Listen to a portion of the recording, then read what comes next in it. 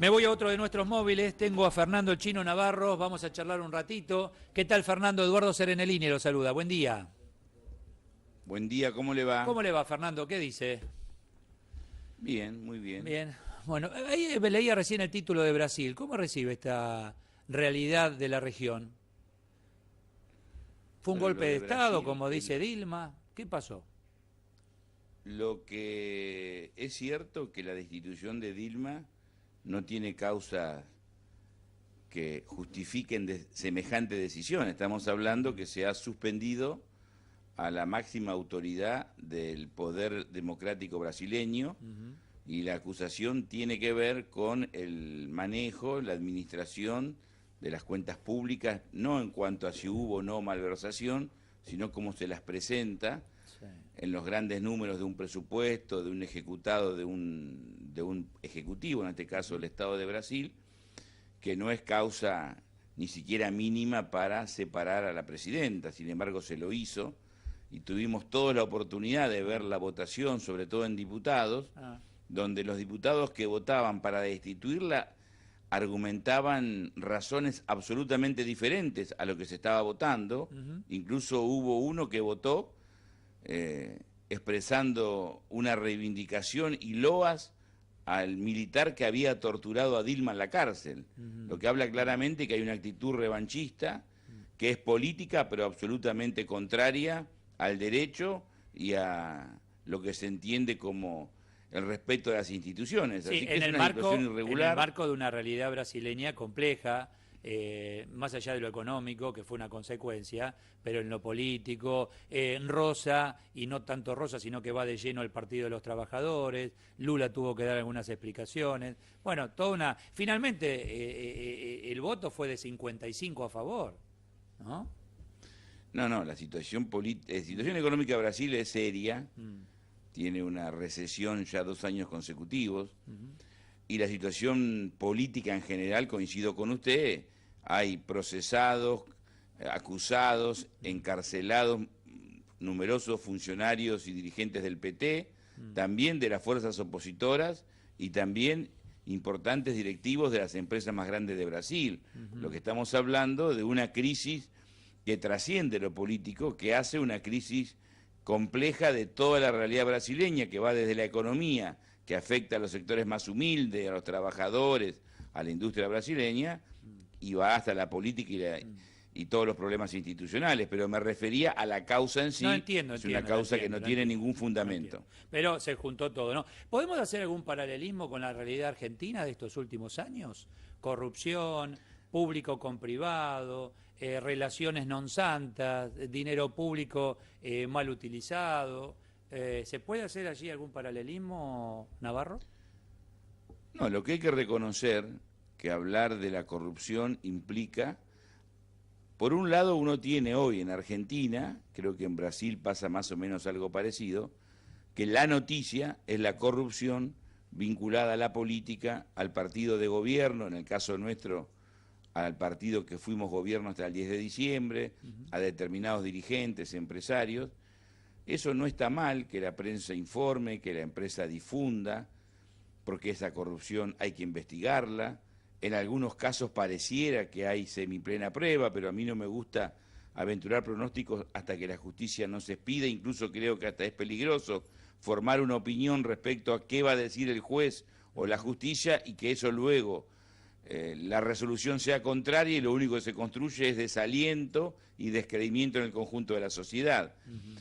Entonces, reiterando que esto hay que no solamente difundirlo, sino investigarlo hasta las últimas consecuencias, también habría que analizar lo que es la corrupción en el sentido amplio del concepto, lo que Aldo Ferrer denominaba la corrupción sistémica, porque en un sistema donde el dinero, donde el lucro, donde la ganancia es más importante que cualquier otro valor, a los especuladores del sistema financiero mundial les interesa ganar plata, no generar fuentes de trabajo, les interesa utilidades urgentes, no enfrentar la pobreza. Esto lo denuncia con absoluta claridad el Papa Francisco.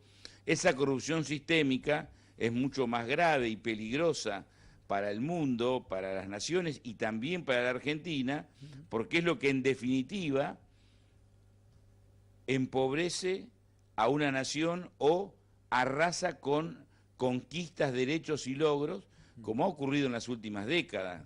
Y recuerde usted que cuando cae Perón en el 55, lo primero que hace la dictadura que lo derrocó fue asociarse al Fondo Militar, al Fondo Monetario Internacional.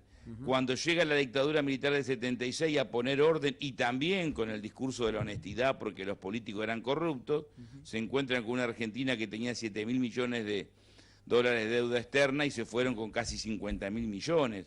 Todo esto ya lo hemos vivido. Esto no significa minimizar la corrupción de la política, que es grave. Lo entiendo. Es muy grave y hay que condenarla, porque si la corrupción de la política no es condenada, el pueblo pierde confianza en la política. Y la única herramienta, el único instrumento que tiene el pueblo para poder ejercer su derecho es la política. Y si descree, gobiernan los poderosos que pasan por encima de los derechos de trabajadores, industriales, etcétera. Gran parte del pueblo descree por distintos motivos, pero hay un motivo básico.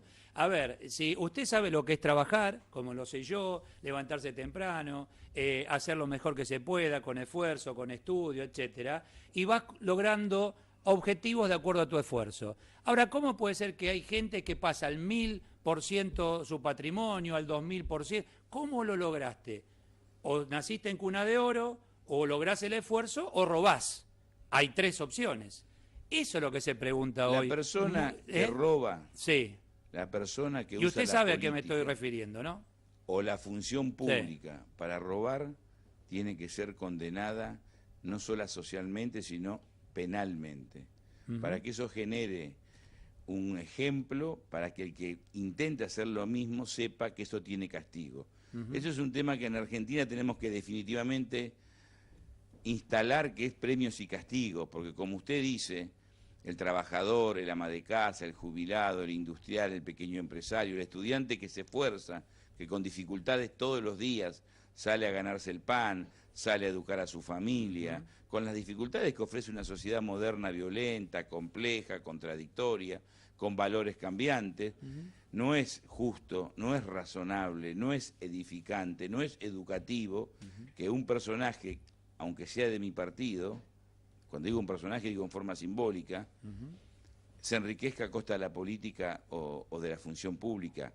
Hay que caerle con todo el peso de la ley. El temor mío, que si este debate no se da en un marco adecuado, terminemos cambiando figuritas. Que usted me pregunta por Lázaro Báez, y yo le voy a contestar por Calcaterra, el primo de Macri. Sí. Usted me dice Otesur y yo le digo los Panama Papers de Macri. Claro. Y en esa situación, en ese cambio de chicana, pierde la democracia, pierden las instituciones y el pueblo argentino se aleja de la política. Y eso es gravísimo. Claro, porque en esa situación por eso el que roba en política, el que roba en política tiene que ir preso, porque si no nos van a robar a la política y a la democracia, y eso es mucho más grave. Cuando el pueblo argentino se le robó la política y la democracia, terminamos como en el 2001.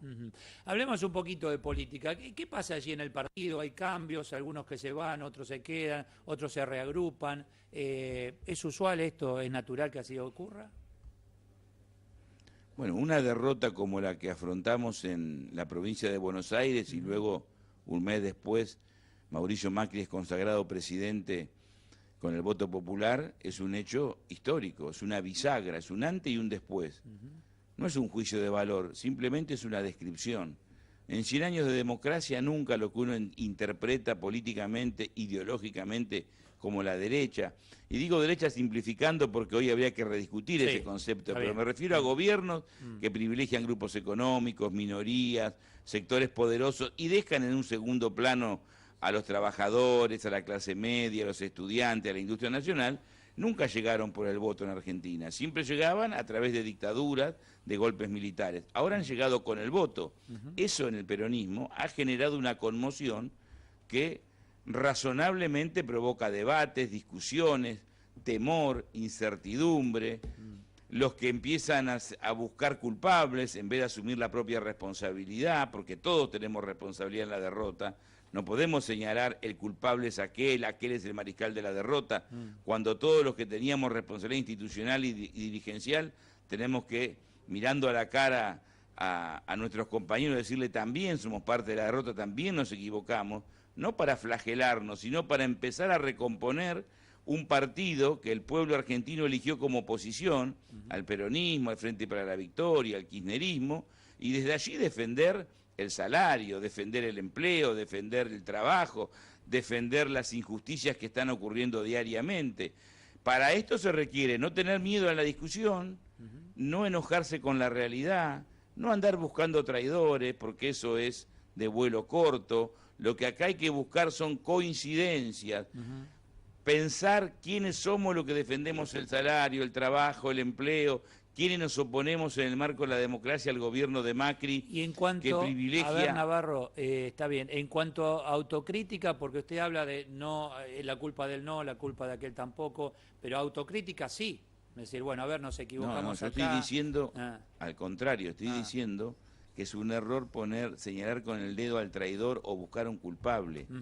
Todos los que tuvimos responsabilidad en la campaña electoral, en el accionar político de nuestro gobierno, tenemos que ver con la derrota. Por supuesto que la responsabilidad no es igual para todos. Si usted en el canal tiene un problema y es una crisis estructural, todos tienen responsabilidad, pero los más altos directivos del canal tienen más responsabilidad que el joven que está acá en la cámara o el muchacho que maneja la camioneta y que traslada el móvil. No son iguales las responsabilidades, pero no podemos hacernos los distraídos y construir un chivo expiatorio, que eso evita entender por qué se perdió, no para hacer una autopsia, sino para volver a ganar, porque el objetivo del peronismo el año que viene tiene que ser frenar a Macri en la provincia de Buenos Aires, derrotándolo electoralmente. Pero para lograr eso hay que construir una unidad día a día, que es difícil, que es compleja, que no es imposible y sobre todo que es imprescindible. Porque si no, Argentina va a retroceder a índices de pobreza, de exclusión, de desocupación y de injusticia que creíamos que ya habíamos superado definitivamente. ¿Cómo hace ese, prejuzgamiento de lo que va a ocurrir con la Argentina? ¿En qué se basa? No estoy prejuzgando. Y sí, Argentina va a caer en esto, cuidado con aquello. Argentina ya cayó. Ah, ¿sí? Miremos datos duros. No hagamos interpretación para evitar que usted considere que yo estoy haciendo presumiendo lo que va a venir. La Universidad Católica Argentina, que es una entidad respetada por todos, dijo hace 3 o 4 semanas que desde que asumió el presidente Macri hay 1.400.000 nuevos pobres.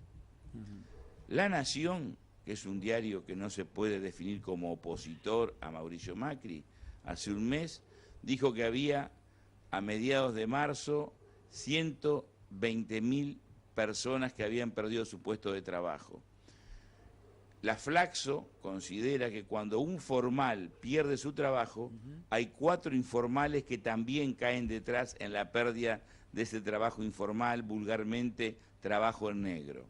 La inflación, que no la inventó Macri, que ya venía en un proceso complejo en nuestra economía, Macri claramente la empeoró.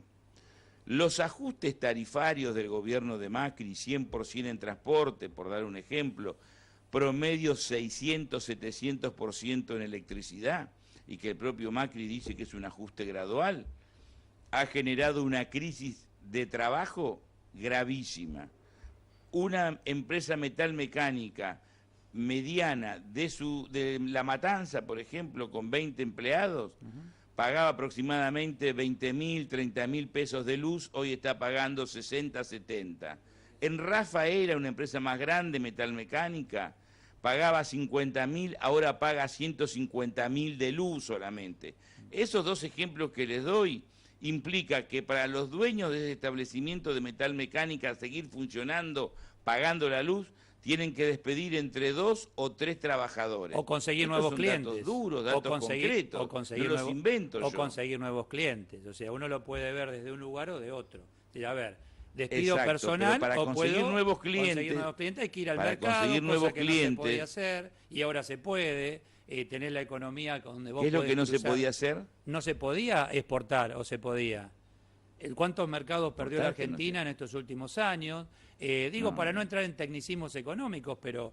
No, sí, está para... bien, pero exportar, perdón, Sí. Argentina exportaba Ah, ¿sí? y podemos, yo en este momento no tengo material, pero Mire, podemos ir tengo con material. casos concretos que tenían 70 clientes en el mundo y se quedaron arañando 2 o 3 clientes acá en la región.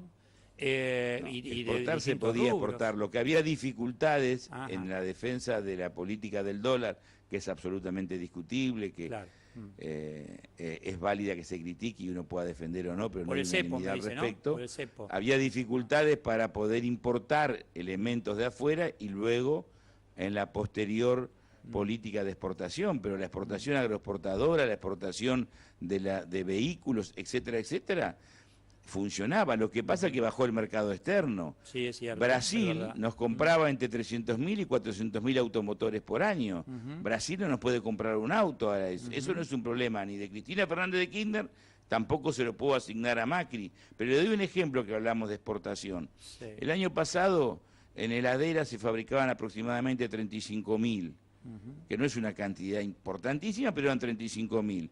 Ahora importamos en los primeros meses 32.000. Sí. Cuando usted importa heladera, están cerrando o afectando el trabajo de trabajadores argentinos que fabrican heladeras en Bueno, Argentina. a ver, justamente esa importación me tocó un sin ningún sector que tipo de conozco. control. Justamente tocó el sector línea blanca, lo conozco perfectamente. No conozco un despido en línea blanca este año, ¿eh? Uno, ¿eh? Dígame qué Bueno, marca mejor, a ver, despidió en línea blanca. Bueno, yo pero lo digo que le para allá quiero que decir hablamos. es que Sí. no, estamos hablando Ah. de que se importaron 32.000 Ah, bueno, heladeras. pero en usted lo que dice, va y del eso año. significa Y el despido año pasado de se personal. exportaron 35.000. Y Sí. si eso continúa va a haber despidos. Y yo le aclaro, no quiero que haya despidos. Ojalá yo que no no, quiero claro. Ah. que a Argentina le vaya mal. A mí no me gusta discutir yendo para atrás. Está No bien. me gusta discutir y decirle a Está usted bien. la pobreza creció. No me gusta discutir diciendo todo está peor. Quiero discutir en una Argentina que aunque nos tocó perder y estamos reaprendiendo el rol de ser opositores, todos podamos ser parte de las soluciones. Sí. Que la persona que perdió el trabajo lo recupere, que el que tiene un salario bajo tiene un salario más alto, que se pueda producir mucho más para que Argentina sea más justa. Pero lo concreto, que las primeras medidas del gobierno de Macri han sido todas direccionadas en favor de los grupos económicos. El Mira, ya que cepo, hablamos de los el talleres así levantamiento pequeños del y cepo, medianos. con lo que esto implica con la devaluación posterior Sí. del 70%, Sí. la quita de las retenciones agropecuarias con una transferencia de 4.000 millones de dólares, la quita de las retenciones mineras, el pagar a los fondos buitres que había que pagarle, Sí. pero no en la cifra desmedida que se le pagó. Todas las demás medidas en favor de los sectores populares, que las podemos contar y nos van a sobrar dedos de la mano, son anuncios. Le doy un ejemplo. Ayer anunció Macri, y compañeros de nuestra organización participaron, porque queremos ser parte de las soluciones, de un plan de viviendas para continuar con las viviendas que no están terminadas del gobierno bien, anterior con está bien. cooperativas. Nosotros eso lo vamos a apoyar. Está muy bien. ¿Por qué? Porque teniendo diferencias con Macri, si se generan puestos de trabajo para compañeros, para personas que están desocupados, ¿cómo no lo vamos a apoyar? No, eso está perfecto. Pero eso es Y un a ver, anuncio. usted, Navarro, Eso es un anuncio. y uno es lo, un anuncio. lo venimos escuchando hace Discutimos tiempo. el tema del IVA respecto Sí. a los productos de primera necesidad y lo mandamos al Congreso. Y lo otro hay que estudiarlo fiscalmente. En cambio, cuando hay que pagar a los grupos económicos, Sí. decreto de necesidad de urgencia y se paga. Ajá. No existe la Se trató misma también en el gana de Congreso. cumplir Se con los trató en el poderosos Congreso. que con la mayoría. Se trató en el Congreso también el hecho de pagar, qué se va a hacer con la colocación de deuda, etcétera. Pero espere, para no, porque tampoco es Es cuestión cierto, acá. coincido con usted que se trató en el Eso se Congreso, trató en el con Congreso. mucha velocidad, pero se trató Bueno, en el se Congreso, trató, coincido. como otras cosas también en otros tiempos. A ver, hablando de la ocupación, etcétera, ¿por qué esa gran cantidad de empleo público que hoy intendentes, gobernadores, etcétera, dicen es gente que contrataron a último momento y realmente no se necesita y nos duele, pero los tenemos que despedir o no renovarle el contrato? ¿Quién tiene razón ahí? Primero que cuando usted inicia una política de ajuste, Sí. por sentido común y sensibilidad, no debería despedir personal del Estado, primero. Aunque puede hacer una sobre y auditoría. no tenga plata, no importa, Pero, o sea, lo tengo pero es como que sea. ¿cómo sabe usted que sobra si no, No, hizo yo no, ningún mínimo lo dicen los estudio? intendentes. Un No, intendente, creo, de bueno. Malvinas, Argentina, mire, del Frente para la Victoria, dice, teníamos 400 y me aparecieron 2000 personas cuando asumí.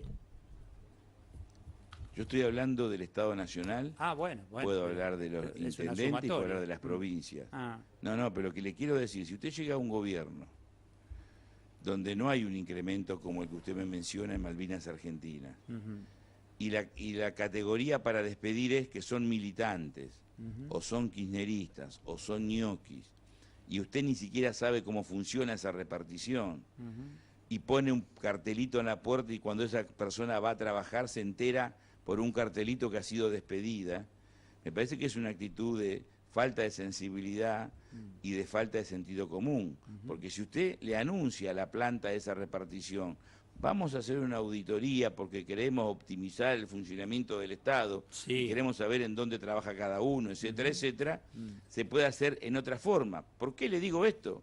Porque en muchas reparticiones se ha echado personas que entraron los últimos 2 meses, que tienen 5 años de antigüedad, 7 años de antigüedad, 10 años de antigüedad, 20 años de antigüedad. Esto hay muchísimos casos, lo puedo hablar con los gremios de ATE, con los gremios de UPCN. Después, siendo la pregunta suya, si en el último mes o en los 2 últimos meses, en cualquier repartición del Estado, alguien designa aceleradamente 10, 20, 40, cualquier cantidad de personas para tratar de meterla en la función pública, también es razonable que previa revisión, porque puede haber alguno que sea necesario y útil para la función, claro, usted lo considere una designación política y no una designación funcional para que el Estado funcione bien.